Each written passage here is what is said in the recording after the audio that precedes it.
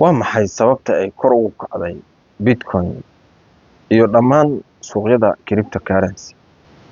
Haddii aad rabto inaad fahanto dhaqaale ahaan, siyaasad ahaan, iyo farsamo ahaanba, nala joog oo fiidiyowga dhammayso insha Allah.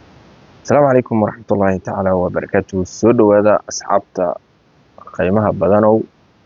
Waa anigii, waa meesheenii iyo mar kale.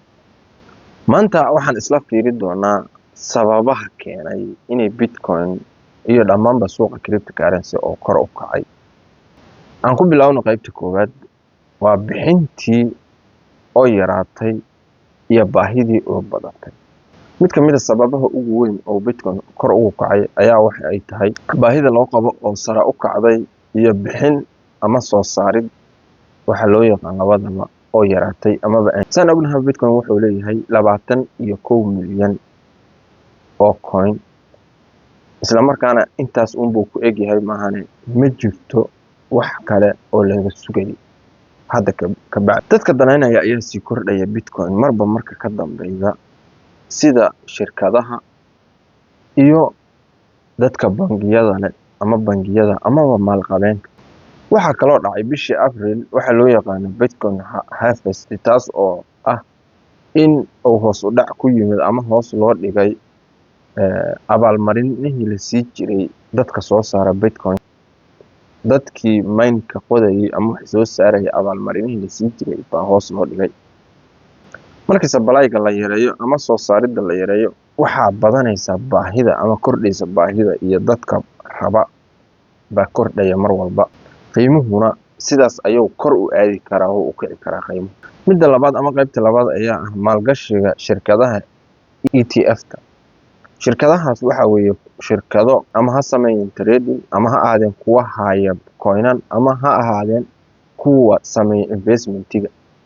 ETF-ta marka macnaheedu waxa waaye hab fudud oo sharci ah inay dadku ku maalgashtaan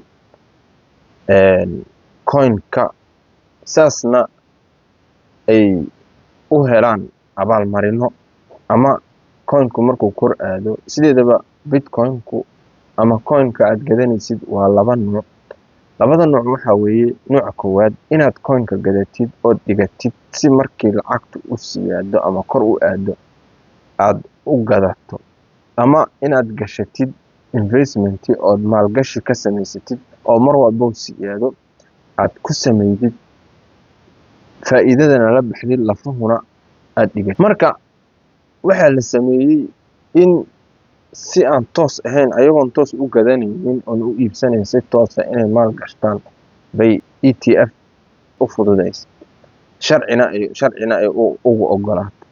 Markii ETF-yadu ay ansax noqdaan, waxaa suuqa soo gelaya lacag coin ama lacag lagu kala iibsaday crypto oo fara badan. Saasna waxaa dhacda mar kasta oo hoos u dhaco ama lacag laga iibsado oo suuqa lacag soo gasho crypto ama suuqan digitalka ah in ay kororto oo ay kor aado, qiimuhu inuu kor aado.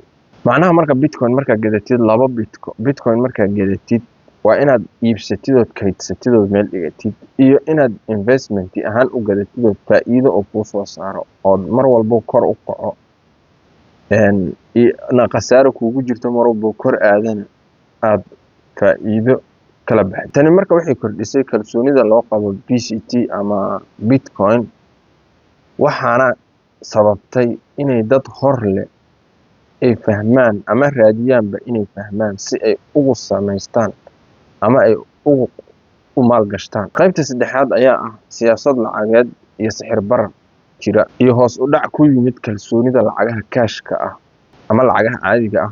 Dad badan ayaa marka u arkay BTC badbaado amaba coinanka hadda kor u kacay sida Solana iyo XRP iyo BNB iyo kuwaas u arkay faa'iido, sida dahabka digitalka ah oo kale iyo noocyada digitalka ah ee lacagaha. Marka lacagaha caadiga ah ay qiimo dhacaan, dadku waxay raadiyaan ama dadka hantida leh waxay gashtaan ama hantiilayaashu amaba dadka fahamsan waxay la aadaan sida dahabka digitalka coinanka maxay tahay meelaha ay isleeyihiin wixiina way ku badbaadayaan bay la aadaan. Marka dadku waqtigii ay lacag haystaan waxay geliyaan ama ay la aadaan hantidaas ay markaas haystaan maadaama ay ka baqaan ama uu ka jiro suuqu cabsiyo ka jirto. Markay xilliga ay imaato in suuqu cabsiyo ka jirto waxay geeyaan lacagtooda meel ay isleeyihiin sahal hoos ugu dhici maysa lacagtan. saas daraadeed buu suuqan Bitcoin amaba cryptocurrency kor u kac u sameeyay.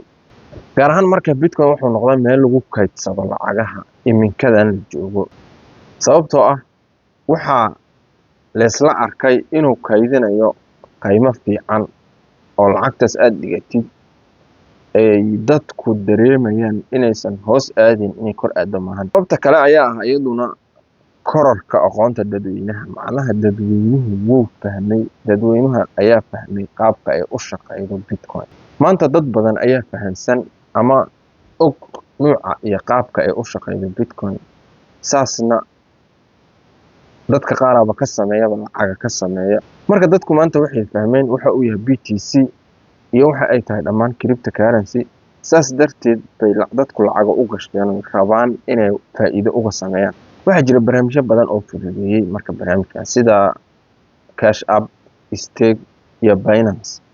haddii aad rabtid inaad Binance aad ogaatid wuxuu yahay, waa app lagu kala gato lagu kala wareejiyo lacagahaas.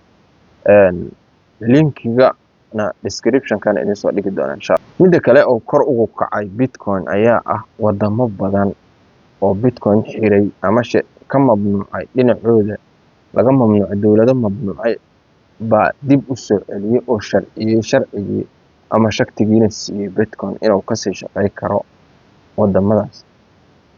wadamadaas waxaa kamid ah u maleynaa Brazil iyo Argentina inay kamid ahayeen baan u maleynaya haddii aanan qaldaneyn.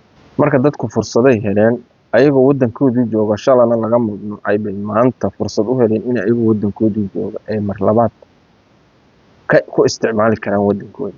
tani marka waxay keenaysaa kalsooni isticmaal ballaaran oo ka dhex jira cryptocurrency inuu sare u qaado dakhliga ama sare u kac oo ku yimaado suuqa cryptocurrency. ayadoo ba loo dhow yahaba waqtigii oo kici lahay ama uu sare u kac sameyn lahay ba haddana waxaa ogolaaday shirkado iyo dowlado awal hore u diidanay baa ogolaaday iibsanayaan. saas daraadeed ayuu ku imaaday kor u kac. sidoo kale waxaa jira oo saameeya ama qaybta ugu dambeeyaba ah oo shanaad waxa loo yaqaano warbixinada ama warbaahinta. markuu Bitcoin ama crypto ay kor u kacdo waxaa jira ama warbaahino ayaa warbixiya, dad baa la wareystaa, dad khibrad gaar u leh iyo kuwa gaar u leh intaba waa la wareystaa.